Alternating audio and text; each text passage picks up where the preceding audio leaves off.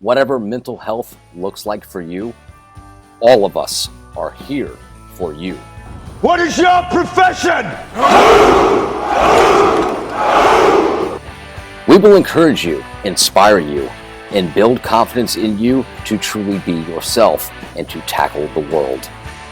Hello there again, and welcome to Season 9 of Lobow Spark, the power of friendship. This season will focus on the close relationships we have with each other and the support that is so vital for all of us with ADHD and every neurodivergent. Lobow Spark is proudly supported by Terri Shubilla, Casey Elliot, Sarah Delano, Justin Allingham, Blushing Crafter, Jamie Young, Leo Guinan, and Kirk Hofstrom. Lobow Spark has started a fundraising effort for Crisis Text Line. We have a goal of $19 per episode, as $19 supports one person in their time of absolute crisis with their mental health. If you would like to donate through our fundraiser titled Lauren's Infinity, the link is listed in the episode's description. Lauren was my wife's best friend and loved by all that came into contact with her. The music in this episode is provided by Guy Farmer. Please look him up on iTunes. He is an outstanding musician and also one of my closest friends. Lobow Spark is proudly sponsored by Social Media Gardens, a safe place to promote your content. Today's group episode will focus on neurodivergent tips on organization. We've got ADHD, we have autism, we have a combination of both, and each one of us gives our strategies as to how we view or what we do to improve organization within our own lives. A very special thank you goes out to Blushing Crafter for coming up with this topic. Strong neurodivergents featured in this episode are RJ Zimmerman, Mansilla, Blushing Crafter, Terri Shubilla, Leo Guinan, Justin Allingham, and Up for the Challenge, otherwise known as UP. Together we are something for someone. So today's topic is ADHD and organization and shit. Like, I am so bad at this. This topic was brought up by Blushing. So if you want to give a few words on why you chose it and what you do, that would be great. We're going to all go through and say what we do to combat ADHD and autism with organizational problems. So, Blushing, the floor is yours. ADHD and organization is the double-edged sword. We need it, but we also, many of us are bad at it in the beginning, at least, until we practice ways to make it work. But also, we kind of dislike it very strongly a lot of the time. We need structure, but we don't like structure. Yeah? So that's where I was and kind of am. But I needed things to work out. And obviously, I didn't get diagnosed until this year. But for years and years, I worked to figure out how to make organization in everyday life work, to remember appointments and everything. I used a lot of planners, realized that the pre-made planners never worked for me. I just ended up not filling them in. I did put down times for appointments, but I forgot to look at that. So I used a digital calendar on my phone, which kind of worked, but sometimes I would swipe the reminder away and forget about it. And then almost 4 years ago now, someone told me about bullet journaling, and then how I could actually adapt it to my own use. So that's what I've been doing for almost 4 years, figuring out ways to make that work for me, as little complex stuff as possible, simplified, minimalistic, just what I need. And yeah, that's the long story short. Excellent. So bullet journaling works for you.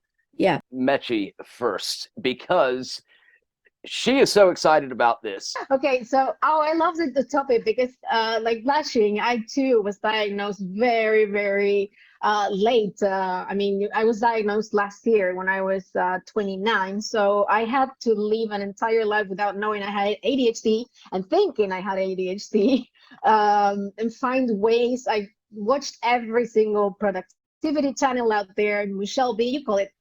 I watched it and I tried every single thing. And not everything I would tell you will work for you or for Terry or for Blushing or for whoever is listening, because everybody is different. But for me, for example, I have a lot of things to do. I run my little business on my own. But I found ways that help me try to fit in as much as the things that I can do. And basically, I found that brain dumping every single night helps me a lot. Like the night before, I have a big day, but I do this every single day. Even if tomorrow is, I don't know, Sunday and I have nothing to do, I'm still gonna brain dump, because that's not only going to allow me to get more space in my brain, because it's always a mess. By doing that, you're also allowing to, have new ideas and just deloading information. Then the following morning when I wake up, I go through my brain dump, and it's really a dump. And so I go in and I choose what, the most important things that I have to get done for the day, like 3 things, let's say. But I am terrible at time management. So sometimes I'll be like, I have to write a landing page for a client. And I'm like, yeah, I'm going to get this done in 2 hours. Nah, it takes me the entire day. So I'm still working on time management, and I would love to hear anyone's input here, because I always underestimate how long tasks are going to take me. But I do that. I try to time block my time. I don't turn off my phone, but just put it away, because I get easily distracted, like probably we all do.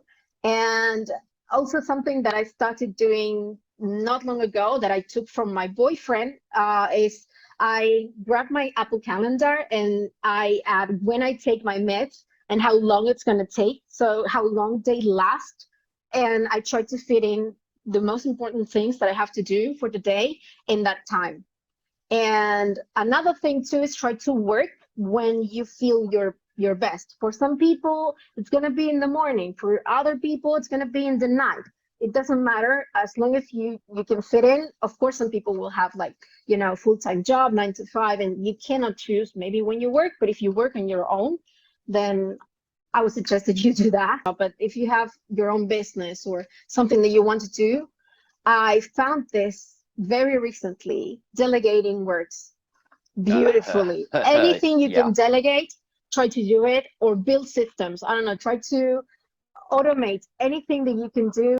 That is like literally, except for the, writing it down thing. I understand exactly everything you're saying. Oh, it's good, because when you cross that out, it feels so good that you actually do it. It's like that dopamine.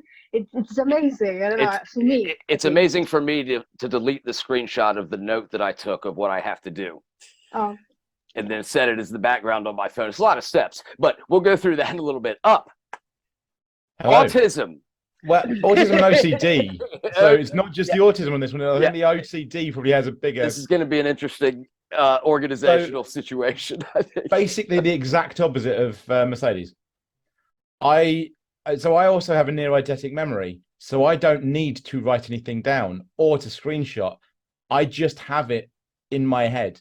So that's the biggest thing for me. It's just there. I can't. It's actually more of a distraction. To write down what I need to do would be a distraction. It'd be a waste of paper for me. It'd be a waste of a screenshot. Everything is done in my head, and I do everything at the same time. So as I said before, I have 3 screens in front of me. All of them have multiple tabs open, and I'm doing them all at the same time. I've spoken before. I'm doing, oh God, how many am I doing? 2 masters degrees, an undergraduate degree, and a diploma in counselling simultaneously, because I find that easier than just trying to focus on one thing at once. Because the second I focus on one thing at once, it isn't getting done. And so I can't, like Mercedes was saying about the idea of having certain things and then going through them. I can't do that. I will just do them at once because I find it easier. It's just the idea of sectioning out each thing would just be mind-boggling to me. It's too silent. There's too much silence in my brain to do that.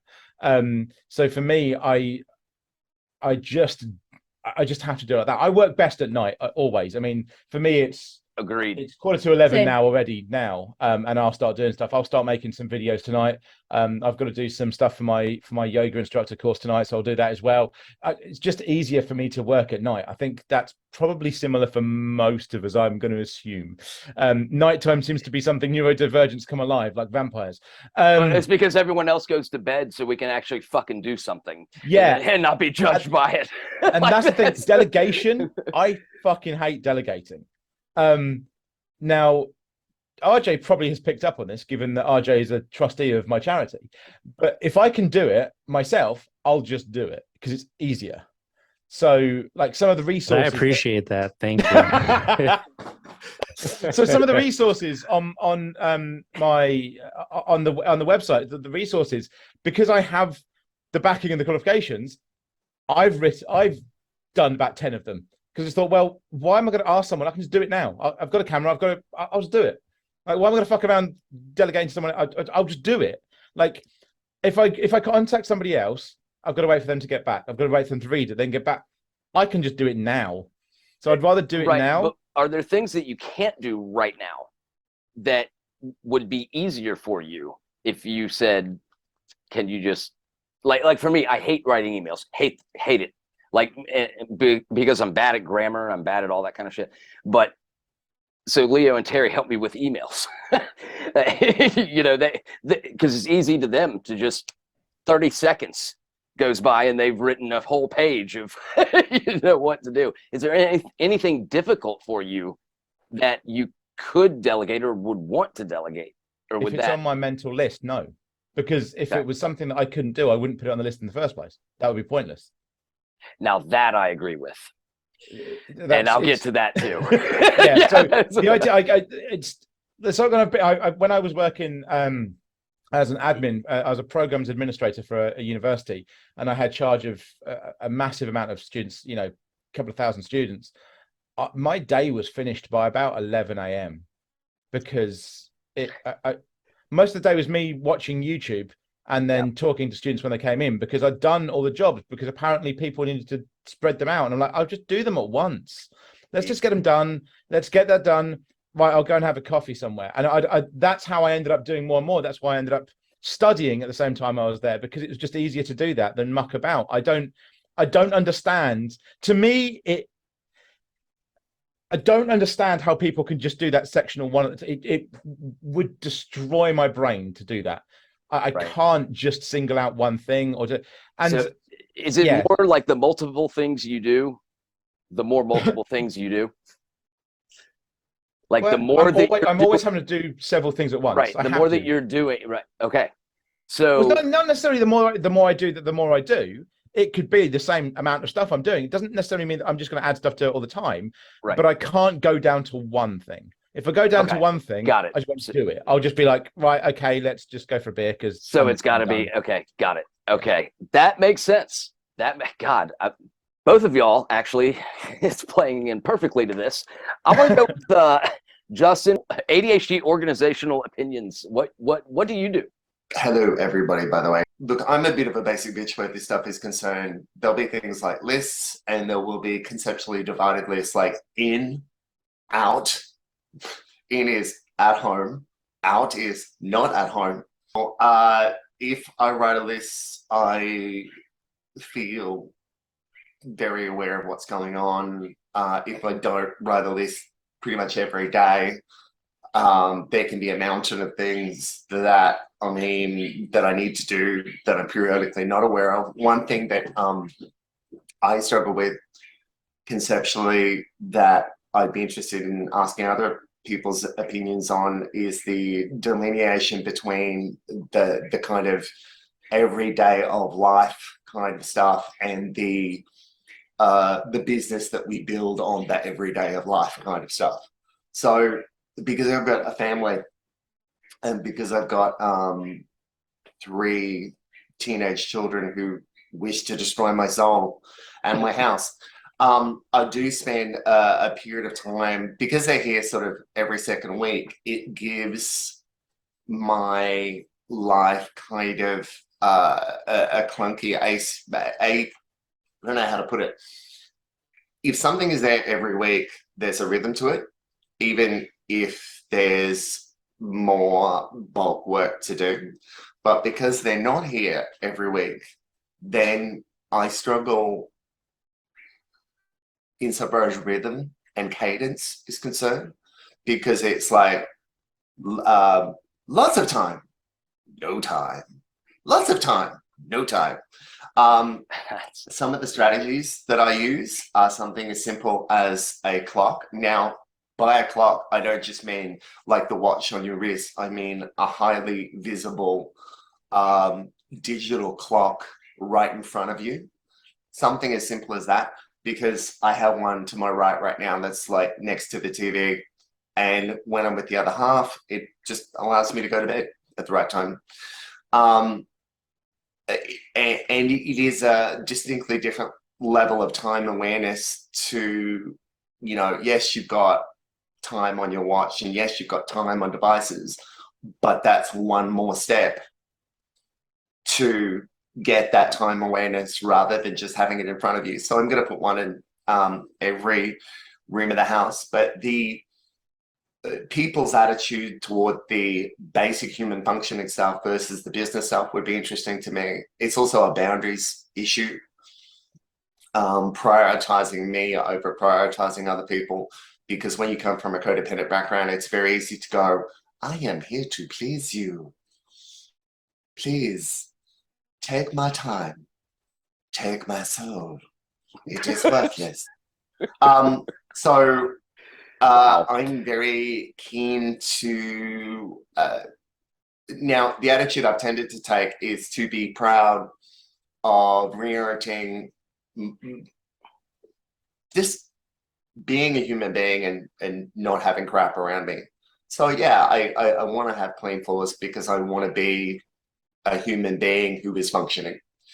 But there's a conflicting part of me that goes, well, maybe that's just not meant to be me. What am I giving up as a consequence of that? Is that impractical? Is that unsustainable? Because if I am what I am, do I need to have a different attitude towards these things? I think as a someone who's got a family, I need to sort of set that attitude, set that kind of standard. But apart from that, Google Calendar, I struggle with Google Calendar just in the sense that I will do things like try to set up reminders to scaffold routines. And I found I would just get reminders and then I would ignore the reminders on my phone.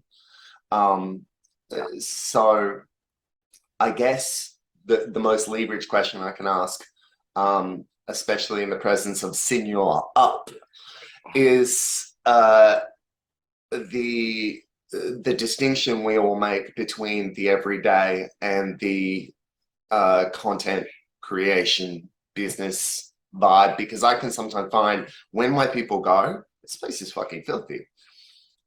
And I do have that day reset of like, okay, now I will get the smell out.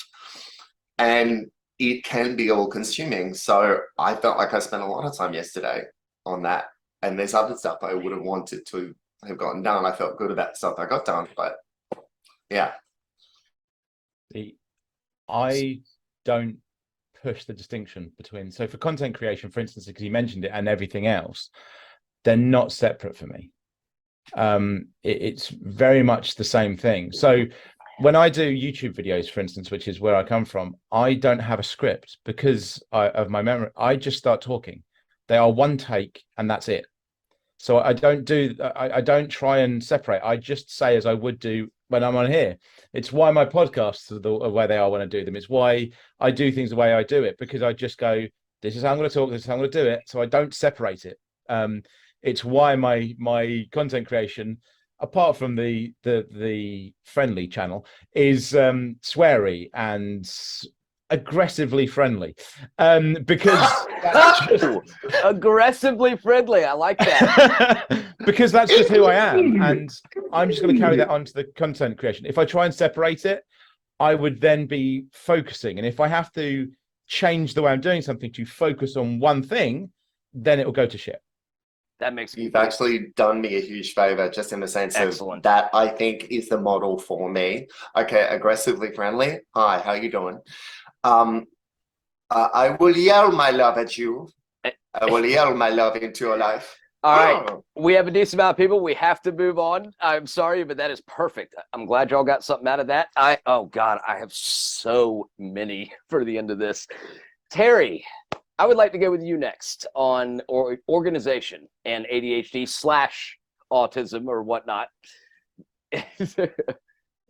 So first I want to say today I finally listened to the episodes with Up for the Challenge and RJ, and I loved them both. And I have to say there was something, RJ, that I was like, I need to, this is like quote perfect, about like not having self-esteem, not even about like negative or positive self-esteem, just having zero. Like not giving yourself credit or feeling like you deserved it, like not being the main character in your story. I was like, that was like, that hit me today. So, I think a lot of times too with women, we just, society already sees us as the ones who should be more organized, especially when it comes to like home stuff or, you know, all the fucking boring stuff that, so then it's like a double shame whammy with ADHD, because it's like, I don't even have a desire to be like that, you know, let alone anything in me to be able to do it. But actually, I've kind of, I'm questioning the definition. Like, what's your definition of organization? Because what I'm looking at it now is not like, okay, things are neat and everything's like, I guess neat is really the only fucking word I could think of for that. But think of it, it's just, it's a way to help with the ease of use of shit in your life. So where I'm at right now, I might be a little bit different than everybody because I've kind of taken some time off of work, so I don't have like work stuff I have to do with getting shit done or appointments and all of that. But I've kind of been trying to set these organization systems to make my ease of use, ease of, you know, availability and everything. For really what I've been working on lately is like my well-being, just like overall.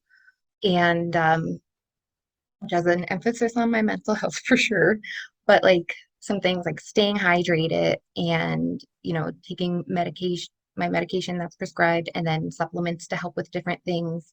I want to make sure I'm being mindful and like have movement and everything. So I kind of nightstand has like my medications, my supplements, vitamins, mineral, you know, whatever.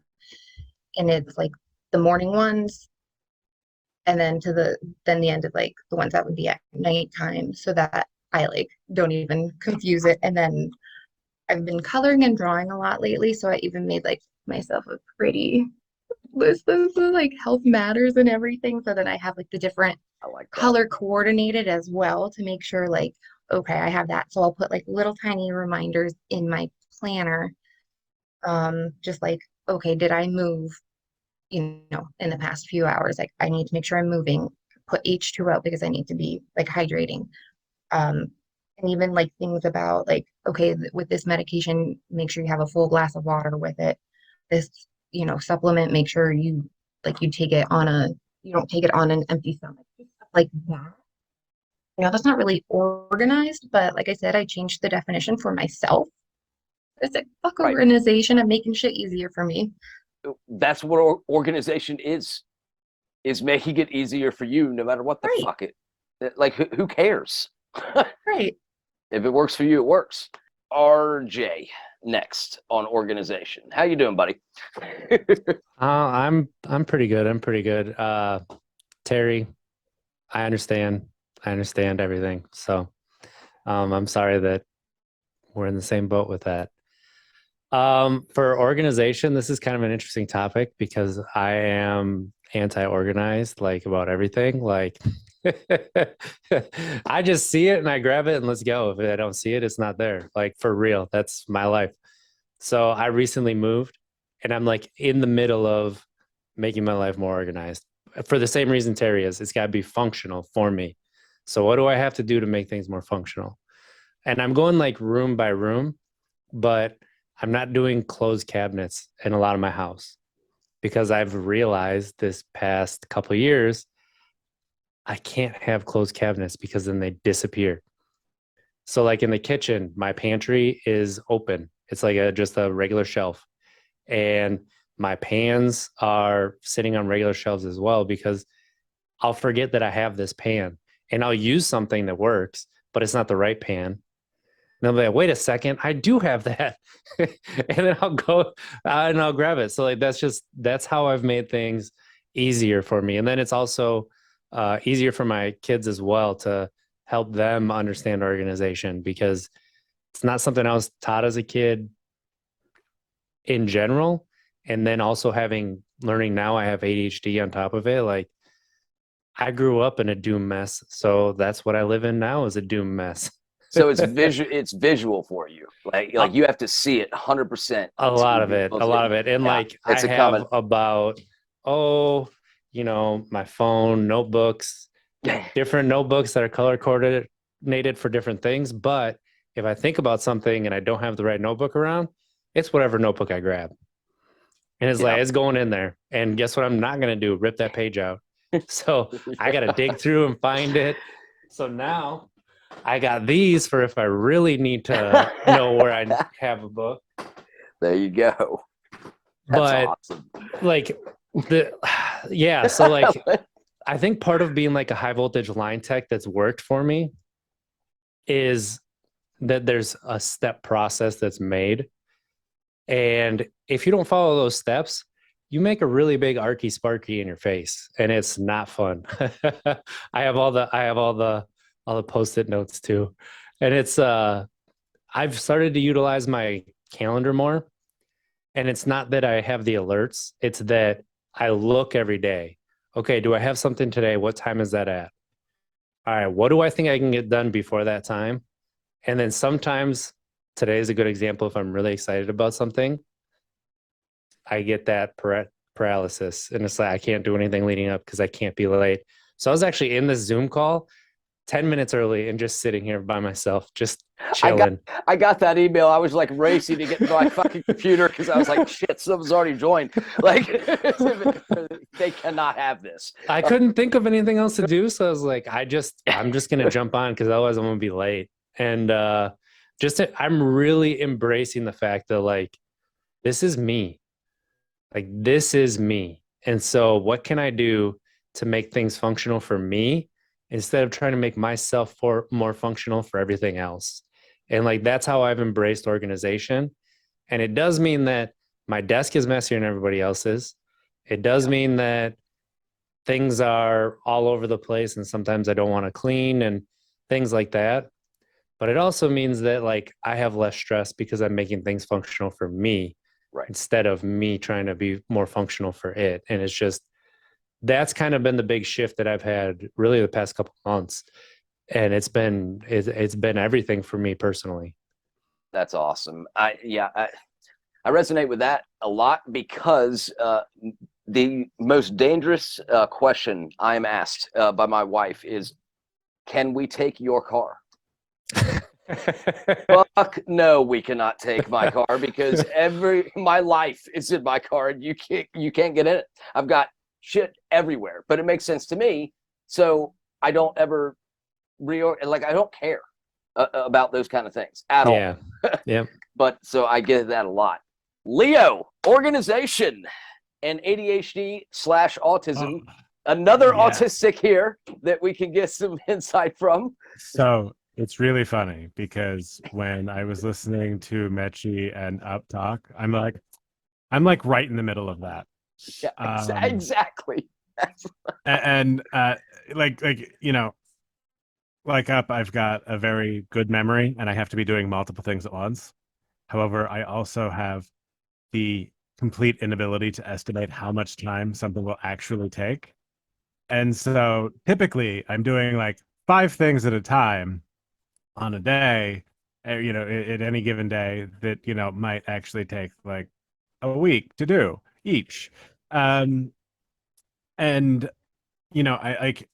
I have a really good like overall memory and a terrible like working memory. It's like everything is in there, but it's not indexed very well. And I can't access it unless I link it to something else. And, You and don't so forget, you forget to remember. That's what it is.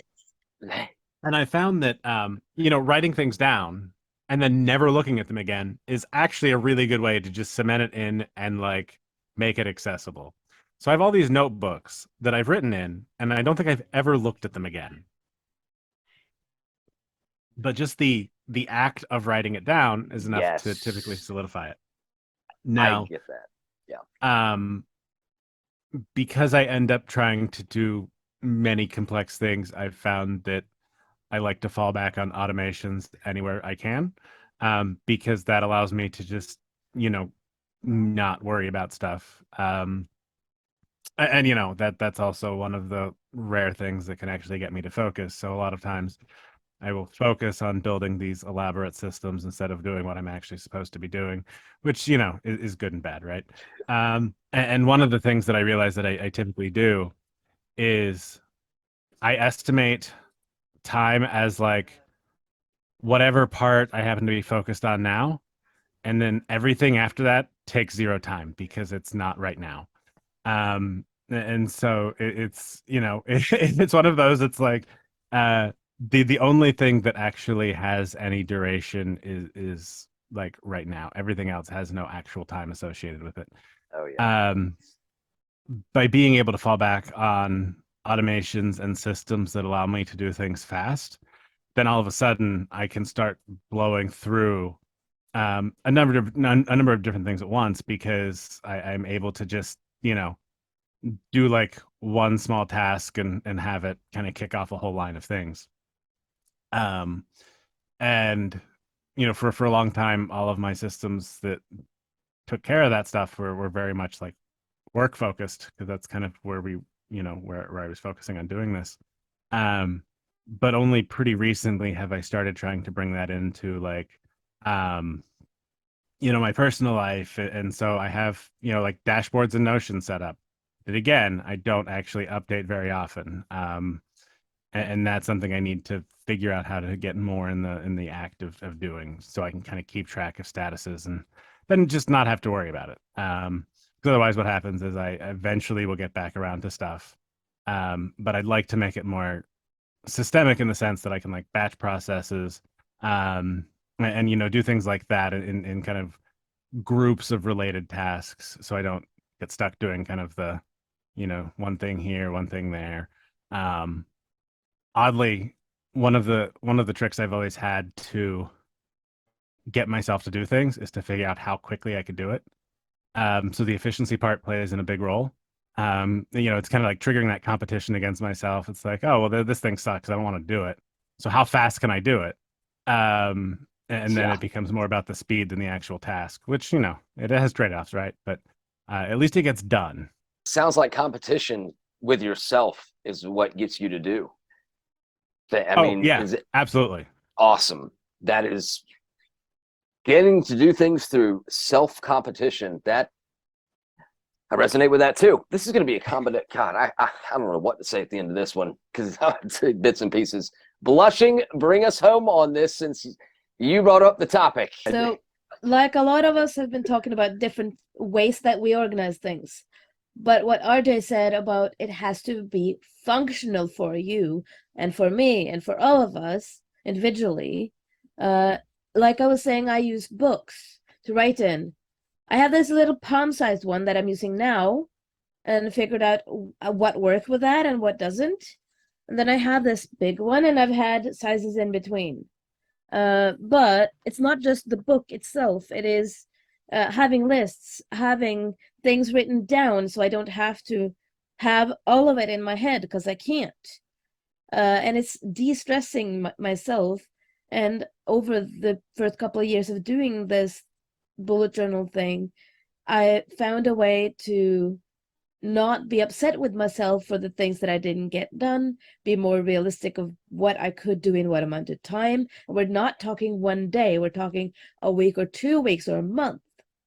And also figuring out how long do these things take, because the ability to tell what amount of time something could take is not something that's built in me anyway. And I think a lot of us with ADHD don't have that ability. Some do, but many of us don't. So the being functional for you, figuring out what works for you, and not listening to people say, oh, why don't you just use a planner? But also the being able to say, you know what, this thing is not my strength. I need some help. That's organization too. And I like what RJ said about not having doors on things. I have medication right there, like Terri was saying, so you can see it. My water bottle is literally right here in front of my keyboard, and everything I need on a daily basis, yes, it's on the coffee table in the living room, or it's here on the desk if I need it when I'm here. So basically, there's so many things we could do, and when it comes to organization of things like clothes, I do have a door on my wardrobe because I have a dust allergy, can't have it open, but it's all edges on t-shirts, for instance. I can see which one is where. I have hung shirts up so I see exactly where those are. My pants also folded the way that I can see each one. Nothing is hidden, because if it's hidden, I don't own it. Yeah. Is that object permanence thing? It means you can't tell that you have it. You don't remember that you have it unless you see it. I want to basically say that a lot of people, when they think about organization, they think about homework, housework, school stuff, work that you earn money from, or voluntary work. For me, it's content creation, like a couple others here do too. Simplifying things in all of the things I do is something I've been doing. I have started creating TikTok videos, but I simplified that as well. There is just like Up was saying, you have them phone or whatever you record with. You hit the button, you talk. I don't have a script. I have an idea, but I don't have a script. And then I record it. I look at it, whether anything was like really, really wrong. Were there factual wrongs in there or no? Am I pretty happy with it? Is it acceptable? Yeah, okay. Hit the upload button after description and hashtags. It's all good. I'm done, right? And then if you have, for instance, in content creation, as an example, you are so focused on numbers, turn those numbers off. If you are able to do that elsewhere in life, don't focus on whatever people want to do, want you to do and reach a goal of this 100 something. If your realistic goal can be 50, set a goal for 50, you know? That's awesome. Thank you, Blushing. So this this is unbelievable, actually. Every single one of you mentioned something that I do, and it boils down to one thing a day that I do, which is the way I organize is, and Leo and Terri know this because they have seen the reality show, but I do 4 goals, 3 hours per goal. But those goals are not big things. They are small things. They are sending an email, taking a shower, doing those things. So in my brain, I'm tricking my brain in order to know that I'm ahead. So I have excess time to get the other things done or factor in the distractions. Because if you think something's going to take 2 hours, it isn't. Because you're going to get distracted, especially if you have, ADHD, which is why I like to work alone, and I don't like people around me when I work, and I don't like the body doubling thing. I don't want a single distraction. And So, but you got to factor those in. I mean, if you're married or you got a girlfriend or a boyfriend or whatever you have, the second you get home from 9 to 5 job, they're going to say, can you do this? It might only take 3 minutes, but you're going to do it. But those 3 minutes pile up. So if I can send an email in 3 hours, if that is a goal of mine, I send one email, that's 3 hours. I'm good if I sent that email in 30 minutes. I'm 2.5 hours ahead of where I thought I should be. And I played this out on the show that Leo and Terri have seen. And I said, it is 11 a.m. I am leaving work, not going to work, leaving. 4 goals, 3 hours a goal. At the worst case scenario, I'm in bed by midnight. And I literally, after all of those things, got to bed at midnight. Because you have to factor in the distraction portion of it. So when you set a goal of time, that's the one strategy that has really worked for me in terms of is to make goals not the biggest things you have to get accomplished that day. Make goals the smallest things. Because when you do that, in your brain, you have the confidence of like, I got something done, I got something done, I got something done. One thing leads to the next that leads to the next, so that you can attack those big things and beat them badly when they come up. That works for me. It's not going to work. Again, this is all individual things. In terms of what you said of I can do it right now, 100% agree. 100% agree. I cannot, because if I don't do it right now, it's going to be in the back of my mind as to why on earth did I not do that? But if I have done those 4 things, those smaller things, then I have time to address the things that actually matter. I don't differentiate. That's the weird thing to me, that there is no small and big things. They're just things to be done.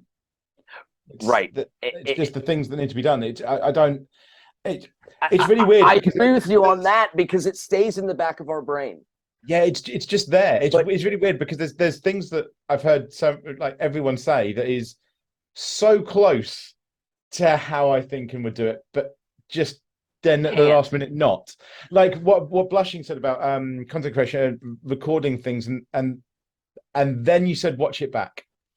I never watch anything back.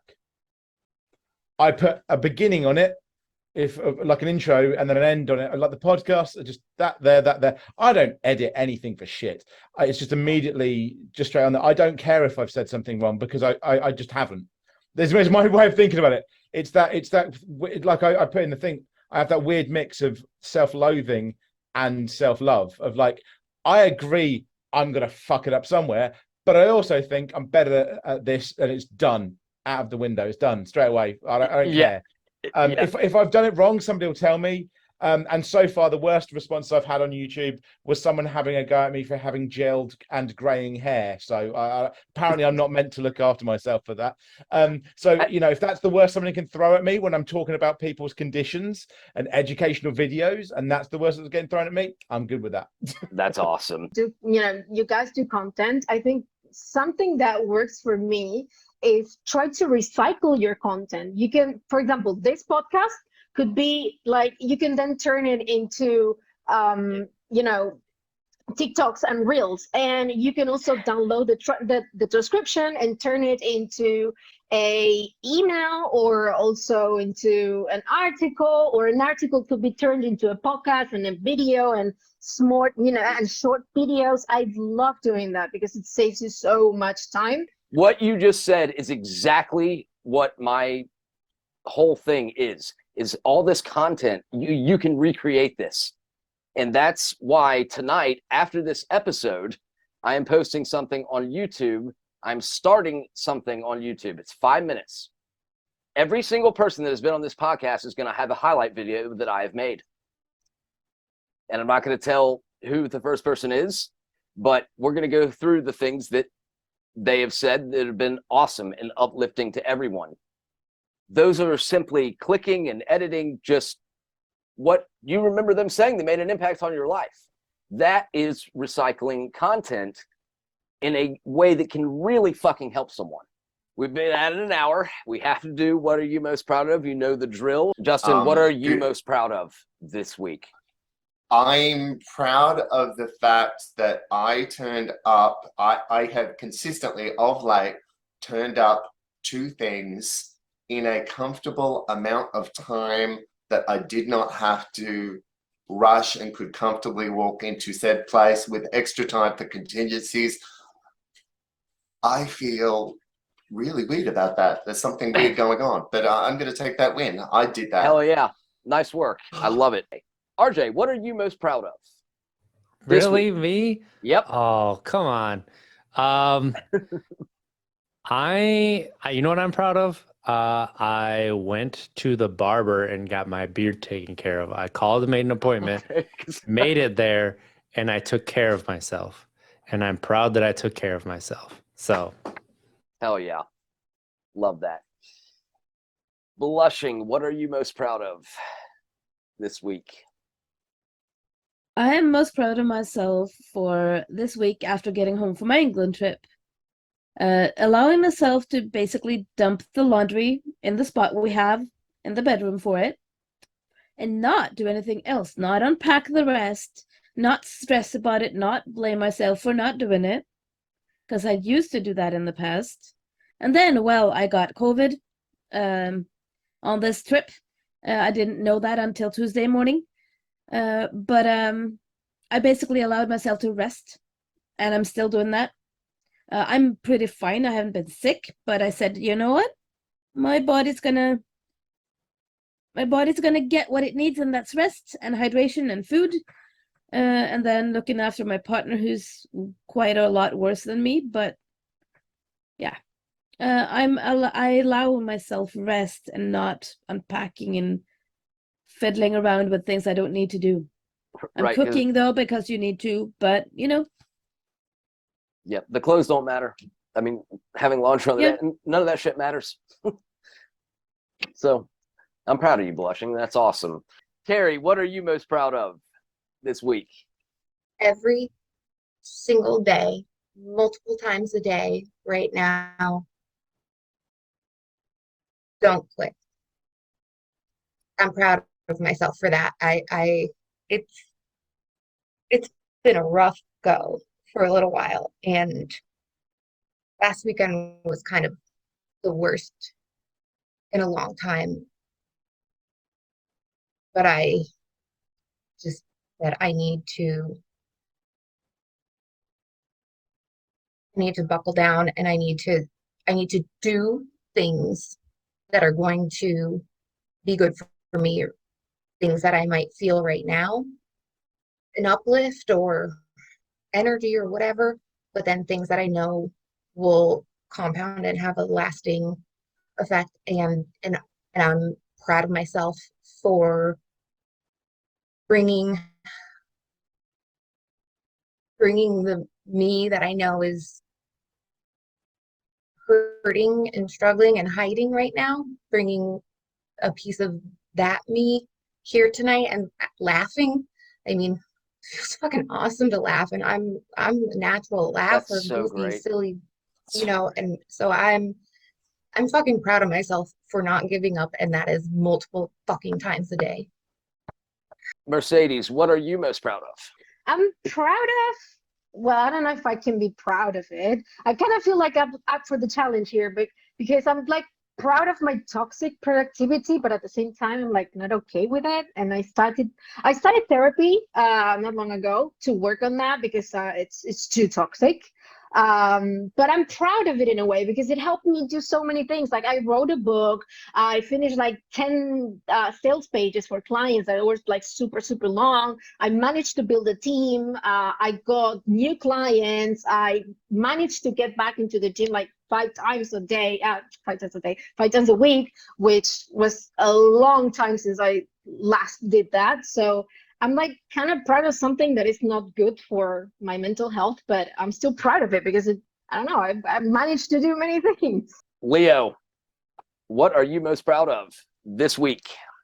It's a good question. It's been a hell of a week. Me too, buddy. I'm just so. I think honestly, I'm most proud of myself for kind of taking the long-term view on things. And so, especially during a week that feels like it's just kicking my ass, like up one side and down the other, I kind of look at it like it really doesn't matter in the long term. Like the individual wins and losses each day don't matter that much. The trick is not quitting. And as long as you can continue out, and if you're taking the long-term view, any small thing that you manage to accomplish can actually, pay out over time, that kind of compound interest. Trying to not sweat the losses, because I hate losing, and during these weeks, it's not always the easiest, but yeah, just gonna get back up and do it again, because it's the kind of man in the arena mindset, if you will. Got to get back up and just do it all over the next day. So let's do it. Let's get in that arena. I am most proud of myself this week for losing power and then getting a generator to run this podcast. No, what I'm truly most proud of is what is going to come out tonight on YouTube of Lobow Spark and Social Media Gardens with Leo, of creating short 5-minute video clips of people's highlights that have been on this show. And you're not going to know who the next one is each week to week. But if you don't get a DM from me, you might be the next one. But it is a loving, supportive, and motivational way of saying, look, you are awesome. If you can't create your own highlight reel, I understand. I'll create it for you, but here's the challenge.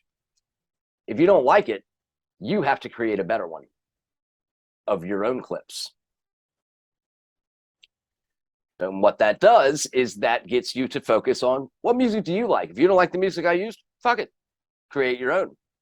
If you don't like the comments I chose, fuck it. Create your own highlight reel for yourself. Up, what are you most proud of this week? Keeping my mic off for the majority of this. Okay, that's perfect. That is absolutely perfect. But no, what are you most proud of? What am I meant to be proud of? I hate this question. I know. I know it's the hardest question for anyone to answer. Because to me, especially if it's like, what are you proud of this week? Is like, there's nothing to be proud of. Rationalizing it away. What are you proud of this week? Yeah, but thank you, RJ. You are talking to someone with OCD and autism to not rationalize. Well, I'm just telling you, answer the question. That's it. Yeah, but there's no reason for pride if, as I've said already, I'm in the mix between self-loathing and self-love. That's a continuation of pride at some level all the time. So there's nothing to be proud of if you're in a constant state of self-pride. So what do you love about yourself this week? Everything. That's kind of the point. Excellent. Excellent. That's the greatest answer we've ever had. That is the fade out. That is the fucking fade out.